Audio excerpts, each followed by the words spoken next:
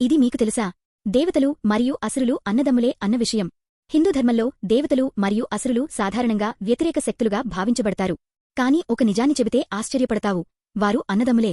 ఈ ఆసక్తికరమైన కథ మొదలయ్యేది వారి తండ్రి యుషి కశ్యపుడు దగ్గరనుంచి. దితి మరియు అదితి అక్కచెల్లెళ్ళు లాంటివారు. ఎందుకంటే వారు ఇద్దరు దక్ష ప్రజాపతి కుమార్తెలు. వీరిద్దరూ యుషి కశ్యపుని వివాహం చేసుకున్నారు. ఇక్కడే మలుపు మొదలవుతుంది. అదితి తన పిల్లల్ని శుభమైన సమయాల్లో గర్భం దాల్చింది. కాని దితి ఒక అశుభమైన సమయమైన సంధ్యాకాలం లేదా రుద్రకాలంలో కశ్యపుని దగ్గరకు వెళ్ళింది. ఈ సంధ్యాకాలంలో భగవంతుడు శివుడు తన గణాలతో పాటు సంచరిస్తూ ఉంటాడు. ఆయన జటలు శ్మశానధూళితో అలంకరించబడి ఉంటాయి. కశ్యపుడు దితిని ఆగమని హెచ్చరించాడు. ఈ సమయం అనుకోకూడదు అన్నాడు. కాని ఆమె వినలేదు. ఆమె అజాగ్రత్త కారణంగా జరిగే పరిణామాలు కశ్యపునికి తెలుసు. అయినా ఆమె కోరికను తిరస్కరించలేకపోయాడు. ఆ సమయంలో జరిగిన సహవాసాన్ని మానవీయంగా సమర్థించేందుకు కశ్యపుడు కొన్ని శాంతి కర్మలు చేశాడు. అయితే విధి తాను నిర్ణయించినదే చేయించింది.